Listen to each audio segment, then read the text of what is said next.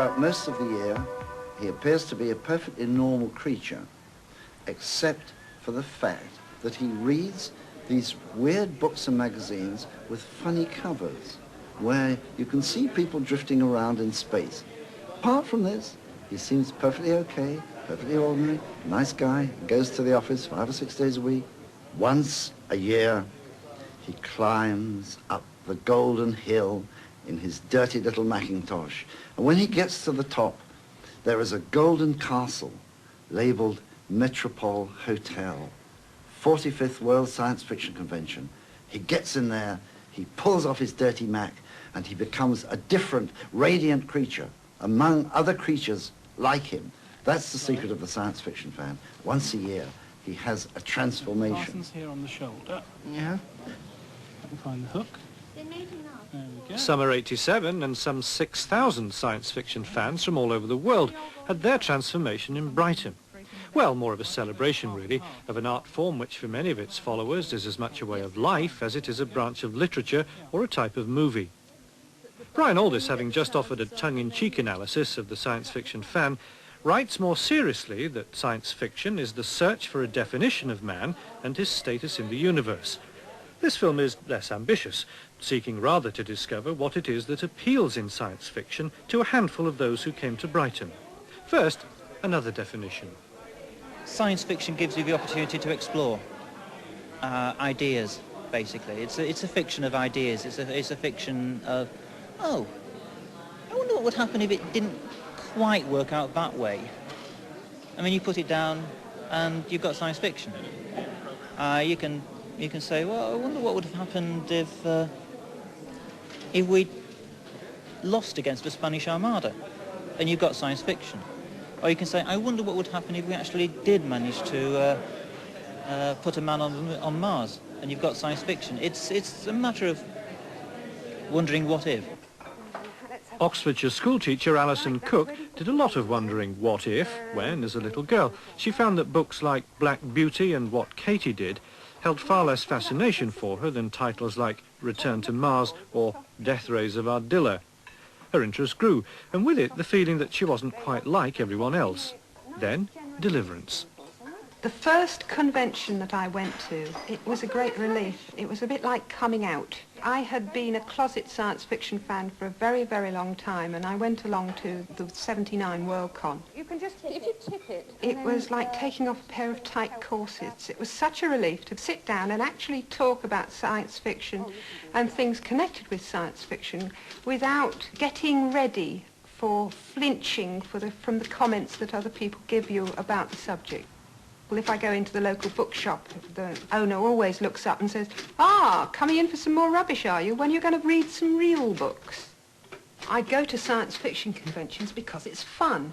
I meet all my friends, I catch up on news, I see who's doing what and to whom, and play silly games and have an occasional drink.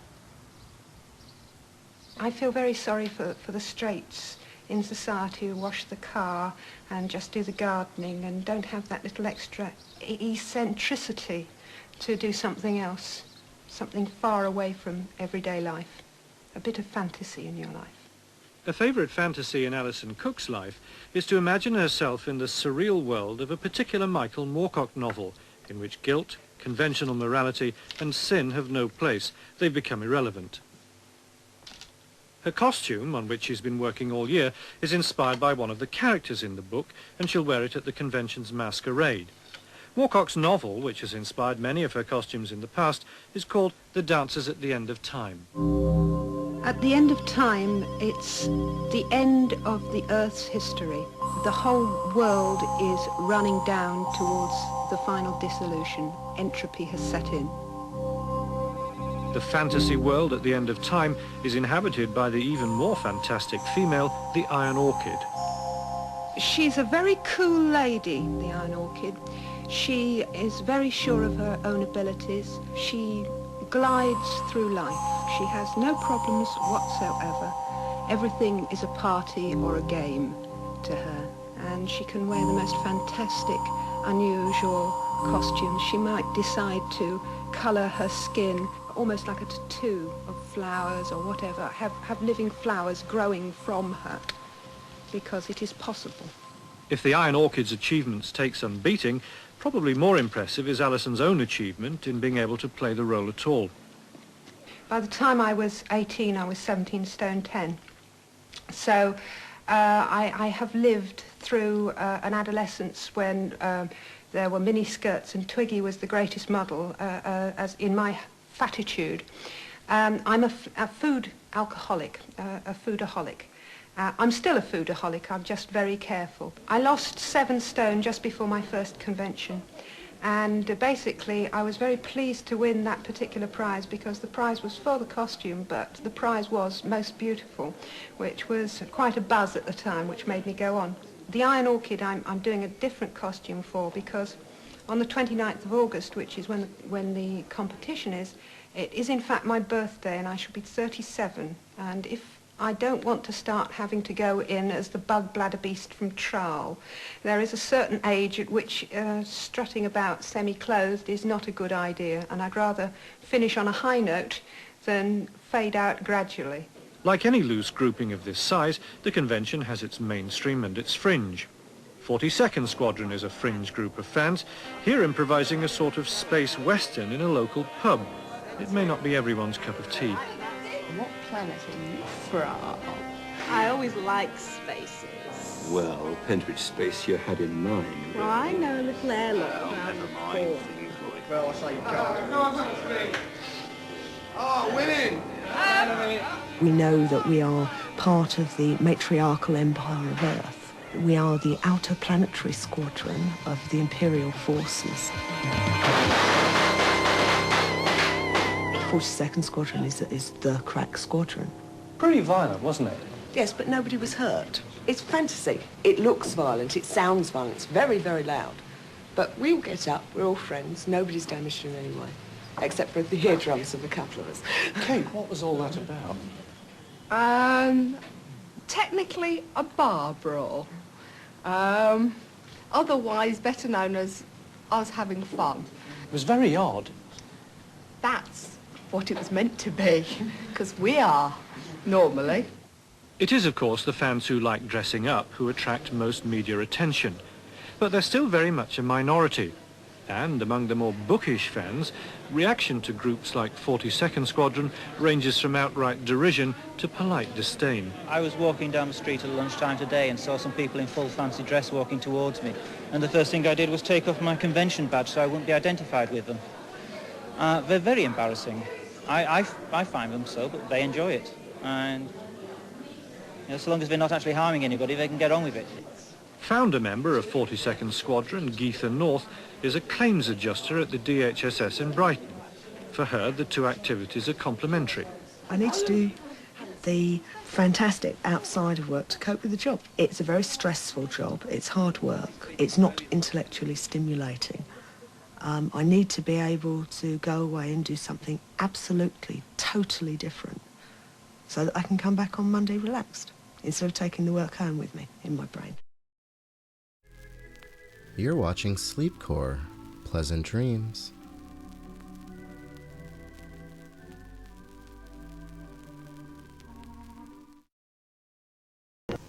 Are you interested in science fiction? If you are, you can't miss Spokane 83, a science fiction fantasy convention featuring guests of honor David Ames and John Gustafson. Author F.M. Busby is Toastmaster to a weekend of movies, videos, D&D tournament, and autograph party.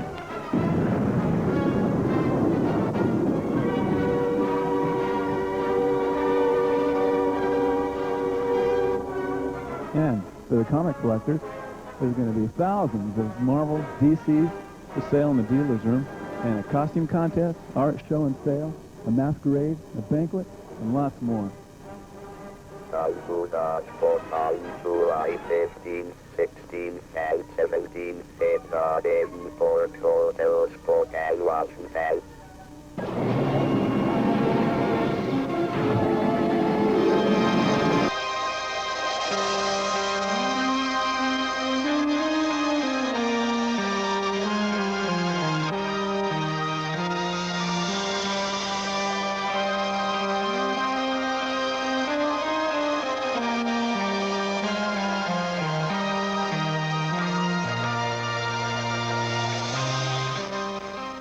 science fiction. We grew up with it. Thoughts of spaceships and beings from other planets have been a part of our thinking as much as school, our jobs, our daily chores. Our enthusiasm is enforced by our friends, movies, television, books. But in July 1983, Spokane gave us something more. A science fiction and fantasy convention called Spokane 83. This was the first annual Spokane. The theme isn't a new one. Science fiction conventions have been happening all over the country. But in Spokane? Well, why not? As we'll see in this program, the turnout was such. It will give the first Spokane strength to carry on next year.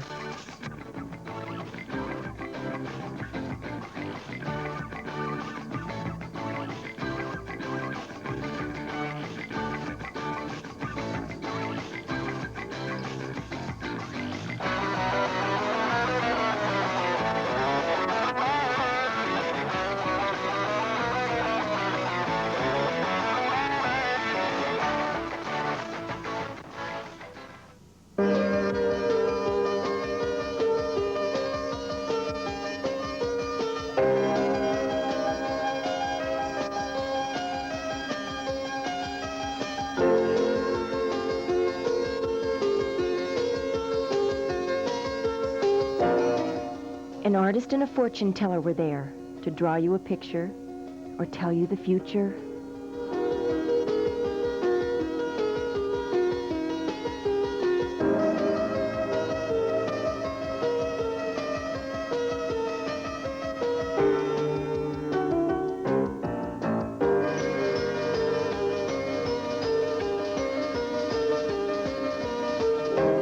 An entire room was devoted to art. In an atmosphere of elegance, we stepped over to the secret world of the artist's imagination. And here's what we saw.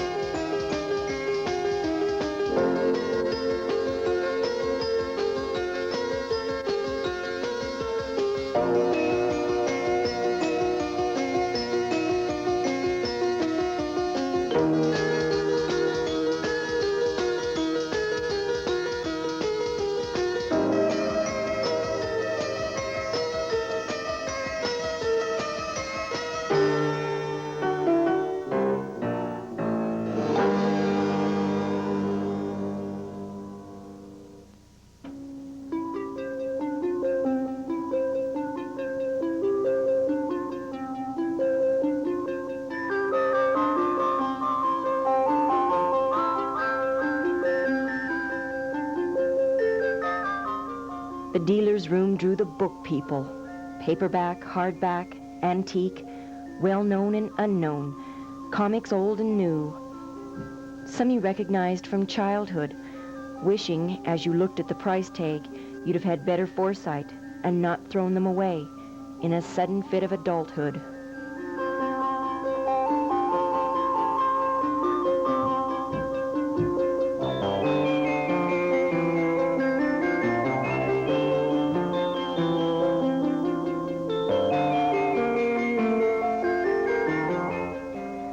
The lobby of the Davenport Hotel sparked our ancient interest in knights and ladies, gallantry and honor, wondering if indeed our ancestors passed through this time of magic, and knowing full well that they did.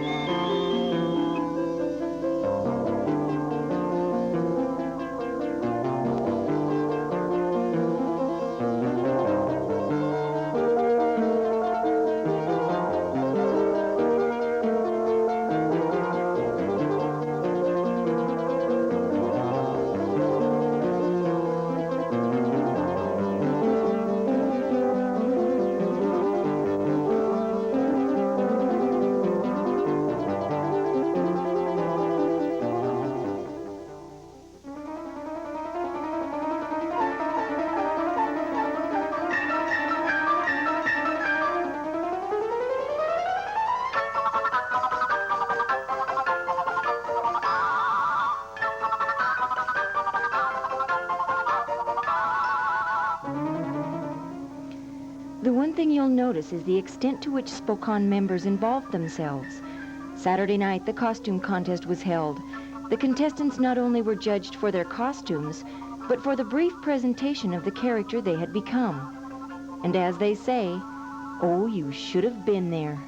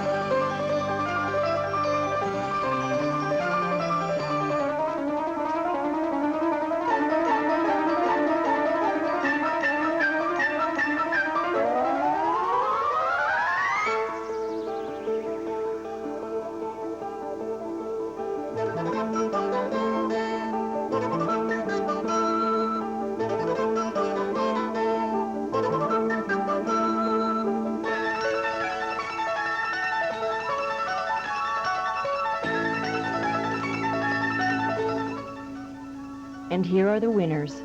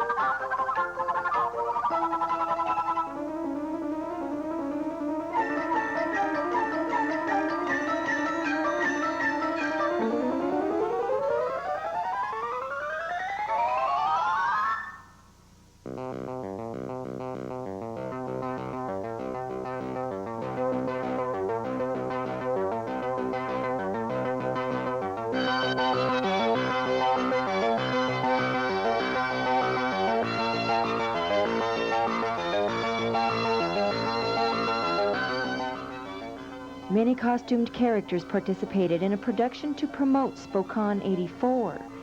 In an unused basement bar of the Davenport Hotel, lights, camera, action woke the actor spirit in many a soul, and away we all went in a very un-Hollywood approach to making a commercial.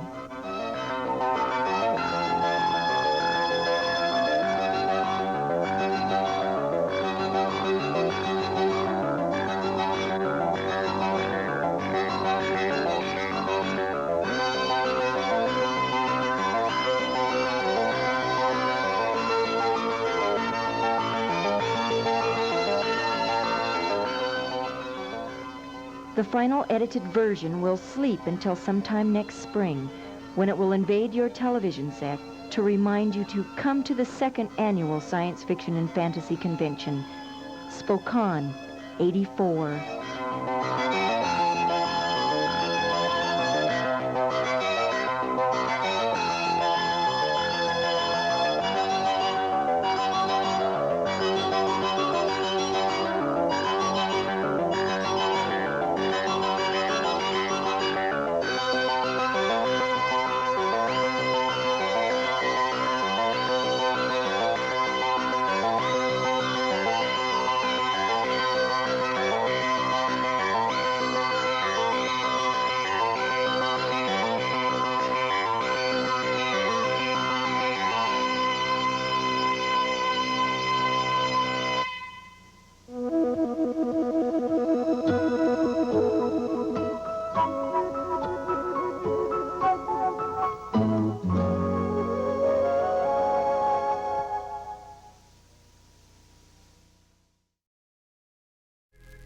You're watching Sleepcore, media for insomnia.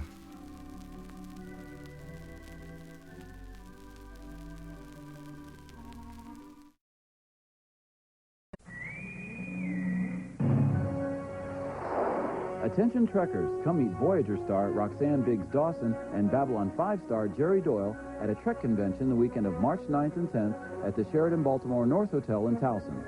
Both stars will take your questions and sign autographs. Other guests and many activities are also scheduled. Admission is $20 per day at the door. For more information, phone 1-800-479-TREK.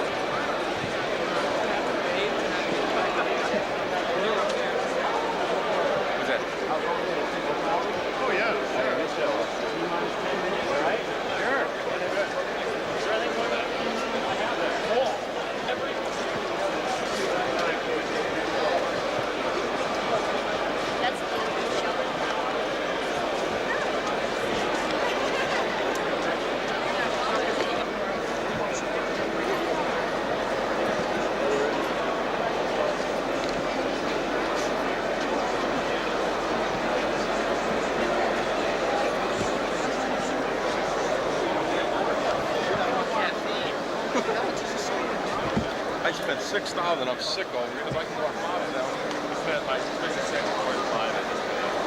That's my favorite logo. This artist has put together.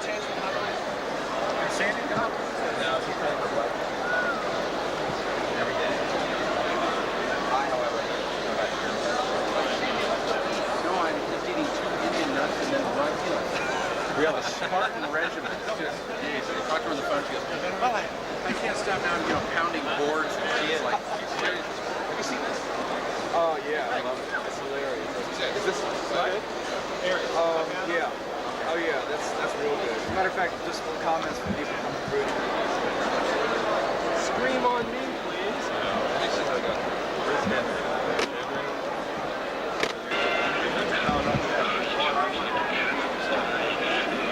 Big Gundam is one of the greatest.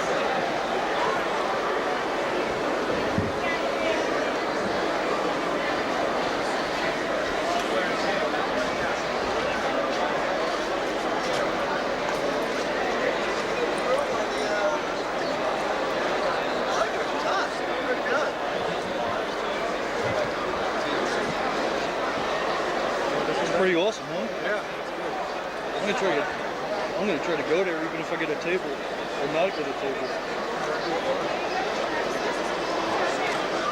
From what? Actually, I just reviewed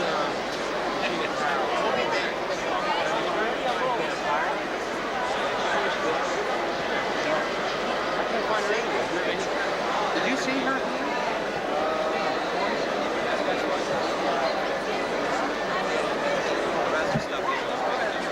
That's great. Want to wait when I'll wait out here?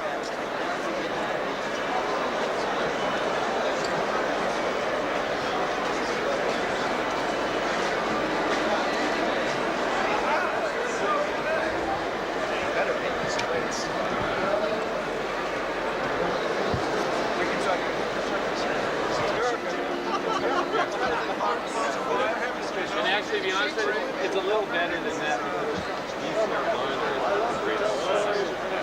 I was all the tapes are playing. You have a choice between the two. We'll see you, Mikey.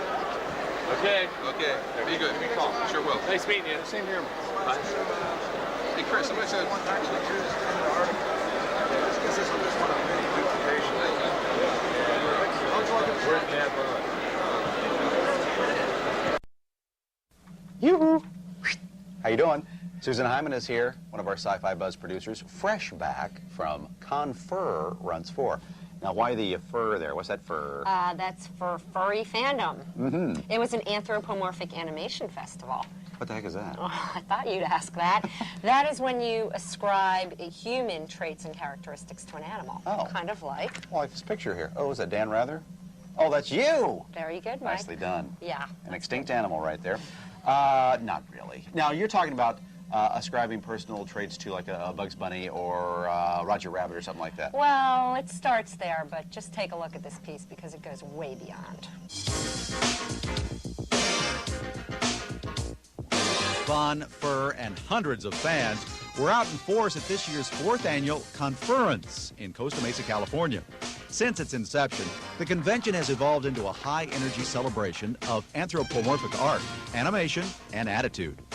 Conference was started in late 1988 after several years when we had been putting on parties at other conventions for people with an interest in anthropomorphic characters, which is basically everything from Mickey Mouse and Bugs Bunny to the Teenage Mutant Ninja Turtles and in between. Faithful furrydom fans offer various explanations for their devotion to the art form. The fun and profit of anthropomorphics, yes. But most sentiments are rooted in the basic ability to communicate easier through cuddly critters than human figures. With the anthropomorphics, it's easy to get outside matters of race or sex or whatever because they're not, on the one hand, they're not people, but on the other hand, you can do anything with them that you could do with people. Among the artists on hand at Conference to display their work was illustrator Steve Galacci. He's found a wider audience for his socially conscious stories by using anthropomorphics in his underground comic book, Albedo.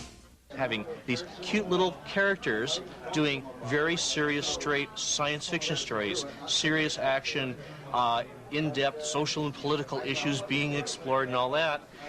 But they're cute, funny animals, and well handled. You can approach an audience that you might want to hit that would otherwise reject your message out of hand.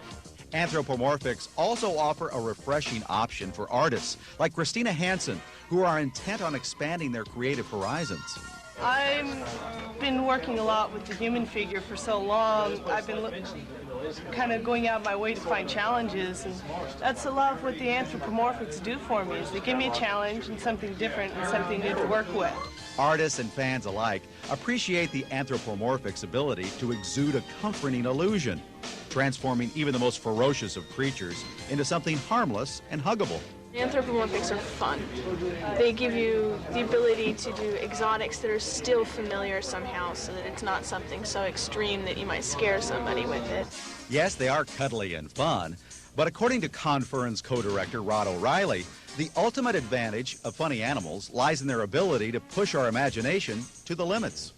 Anthropomorphics, in many ways, kind of reflect sort of a human desire to be able to push the boundaries both of what we're allowed to do and what we're capable of doing, a lot like superheroes do. But we don't actually live with superheroes. We do actually live with animals, such that you can be reminded of your nice household cat who sits on your lap and you stroke it, but you can also imagine yourself in the role of a lion who can race at 90 miles an hour across the desert plains. Looks like the power of imagination is alive and well in the fantastic world of furry fandom. You're watching Sleepcore. Sleep tight.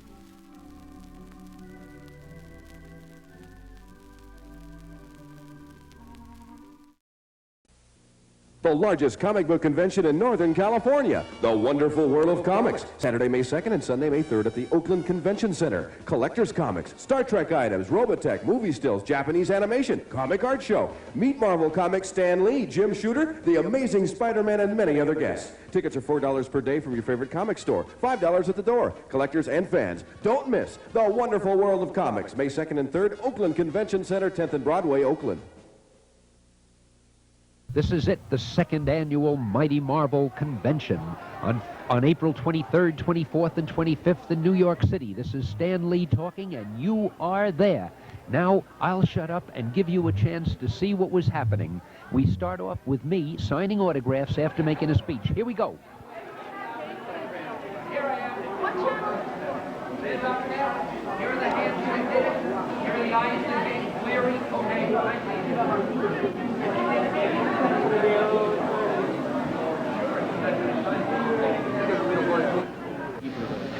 Is Cassell running for governor? He wants to run for governor. He runs for dictator. That's a better job. He should run for presidential league. He's not that strong. I got a few votes in the last presidential election at some colleges. It was funny, you know, some kids gave some write-in votes. I think I got 23 votes. It wasn't quite enough to carry the nation. Are you thinking of a live Spider-Man series? A lot? Oh, yes. Yes, we are. Can you tell me what you're doing today? Where are you today? This is the second annual Marvel Comic Con. This is the second year I've been here. Okay, you having a good time? I'm having a fantastic time. This is what I live for. You read Marvel comics, I take it? I read all kinds of comics, but mostly Marvel. Yeah, they're my favorites. What's your favorite character? Ben Grimm the Thing. Right. And why is that? I don't know. It's just his personality and, like, you know, what happened to him. He was turned into a monster and it wasn't his fault. And I like him. And who's your favorite artist? Oh, Dave Cockrum. He does the X-Men. He's got to be my favorite. And Marvel Comics? Yes. And who's your favorite character? Avengers. I like Which one of the Avengers? Captain America. Captain America. And what's your favorite? The Falcon. Adventures. The Falcon? Yeah. Yeah, I like the Falcon a lot, too. Okay, how about you, young man? Come on through here. Are you having a good time today? Yeah. Yeah? And do you read Marvel comics? Yeah. Yeah? Who's your favorite character? Spider-Man or Iron Man. How come? Why do you like Spider-Man? Well, I don't know. I like his comics. He's good. A good character, Yeah. huh? Okay. Okay, what's your favorite character in Marvel comics? The Hulk. The Hulk? Yeah. Why is that? Speak up. Well, I get a kick out of it. He's strange. He's different, you know, from other heroes. And speaking of the Hulk, there he is. Now, he may not be flesh and blood, but this is the closest we were able to come to him in a short time.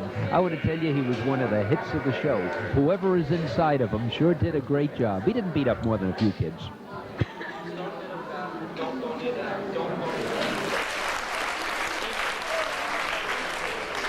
What more need to be said? The consultant is portrayed by Roger Morse. Next, it had to happen. Sailor Moon.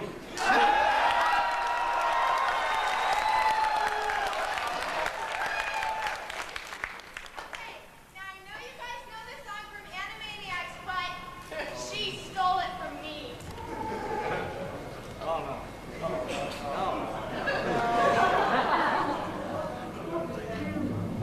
I really can't help it, but what can I do when you're guilty? It just shows. With your darling eyes and it's too silly, no.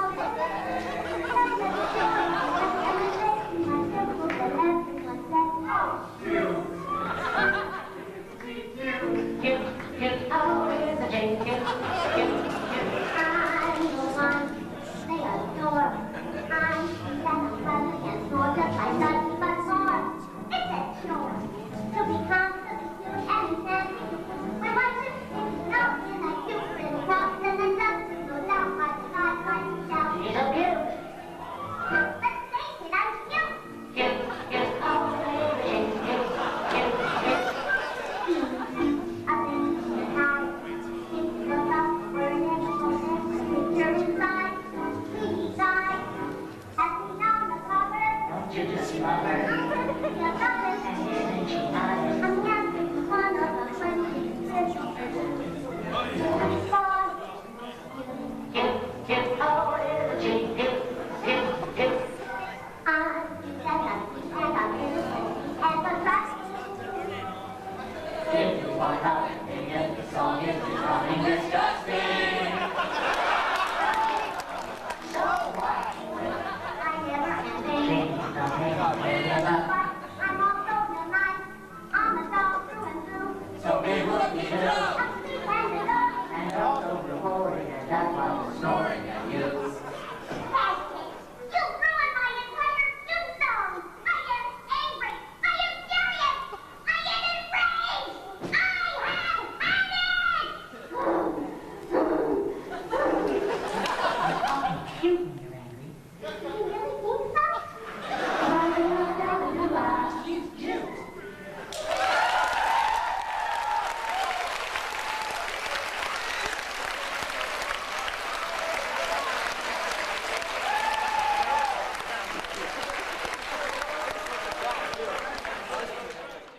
The world's largest comic book and science fiction film convention is coming, and you're invited. November 27, 28, and 29 at the New York Statler Hotel in Manhattan, opposite Penn Station. Tons of old comics on sale. Scores of guest speakers, including film star Caroline Munro. Movie previews and art contests. November 27, 28, and 29 at the New York Statler. Tickets available at the door. For information, call 212-594-7850. 594-7850. That contact was that fragile. There's got to be another one. Hey Dave, we're gonna do another big party or no? For sure. 41. Just fill the merchandise as much as you can. Yeah, okay. I want to get that 80 Vision Incorporated. Full studios. Okay, Adam.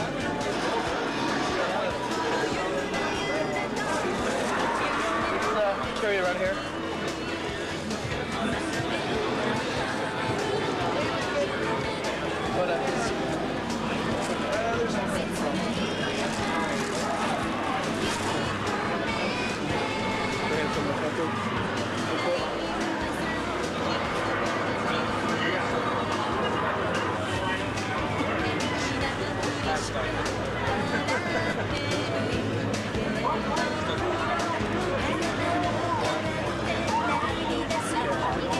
I got the auto clickers to work.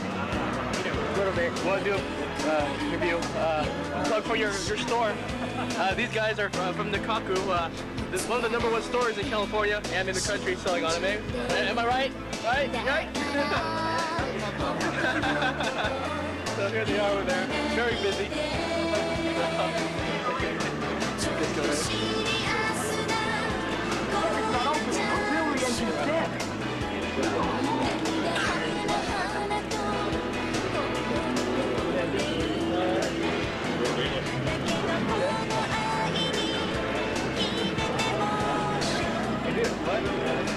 For the best deals, go see this guy.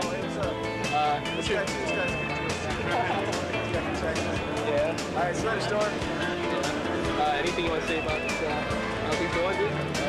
Pretty boring. But we see some girls. Making money? Yeah, we're making good money. Good. How much?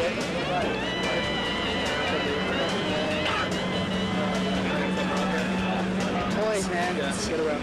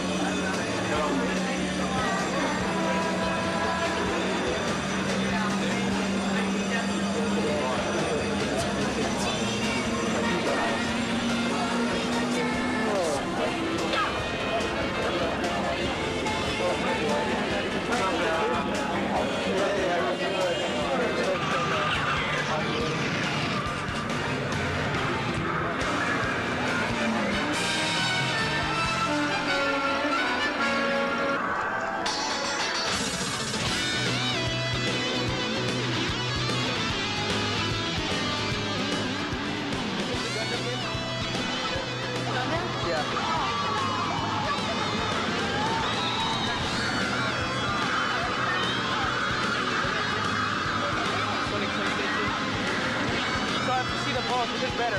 Like say better PlayStation. All the way. Right now. Cool. True 64. 64-bit. True. Right, True? Oh, that's cool. What game is the best one so far? Tekken? Better than Toshinden? Oh, really? Wow. Ken's better than Toshinden? Yeah, way better. Toshinden looks freak. Flip that.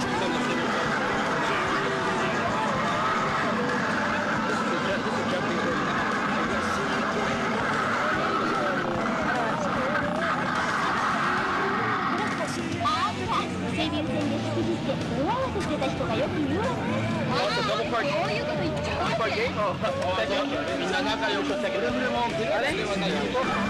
Until my brain runs out and then we'll go back. Power up. Your store? What do you guys, what store do you guys have? The store, is it Power Up the store? Your store or? Your store.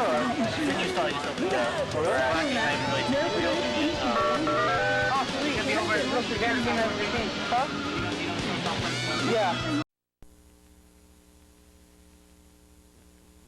As the gathering in Niagara Falls this weekend. According to Mike Randall, it's a convention designed for folks who are into fantasy and fun. Slithering serpents, medieval weapons, and people in strange attire. Sounds like a brush with a Twilight Zone. But for sci-fi fans, this is practically heaven. Now, if you're wondering exactly what goes on for 3 days at a science fiction convention, well, you're asking the wrong guy because I haven't got a clue. It's a party, it's a show, it's a masquerade, it's a whole bunch of stuff, just it's continuous fun. Folks from as far away as Kentucky are here for the 3-day visit into the outer limits. They're here to rub elbows with their favorite science fiction authors and enjoy the company of other SFers, as they like to be called, at events like this evening's costume contest. The convention continues through Sunday and is open to anyone in search of a close encounter of the strange kind. Mike Randall, Channel 7 Eyewitness News, Night.